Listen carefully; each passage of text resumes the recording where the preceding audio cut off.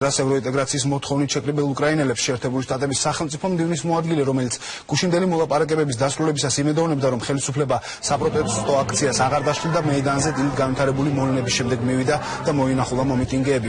ვიქტორია ნულანდმა დემონსტრანტებს ორცხობილები და პური დაურიგა. პარალელურად დღეს დილიდან მოვლენები ვითარდებოდა კიევის საკრებულოს შენობასთან, სადაც მომიტინგეები იყვნენ გამაგრებული. თამარ ნუცუბიძე იმყოფება მოედანზე და ნულანდის იქ ყოფნას აკვირდებოდა, ის კიევიდან პირდაპირ ეთერში გვერდება. თამარ, რა ხდება ახლა უკრაინის დედაქალაქში?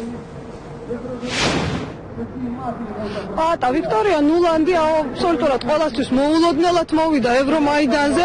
მან ამერიკის ელჩთან ერთად აქციის მონაწილეებს, როგორც აღნიშნე, მოუტანა ორცხობილები და პური და გარდა ამისა რამოდენიმე წუთი გაესაუბრა აქციის მონაწილე ქალბატონებს, ეკითხებოდა თუ როგორ გაატარეს მათ გუშინდელი დღე, რა ხდებოდა ღამე და როგორ გრძნობენ ისინი ახლა თავს.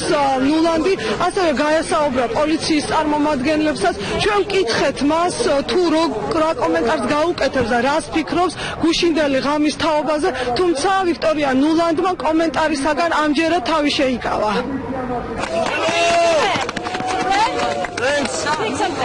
Thanks. Hello, how are you? Good to see you. We're here from America. Would you like some bread? Some bread for you? Get some bread. You're hungry. Come on. All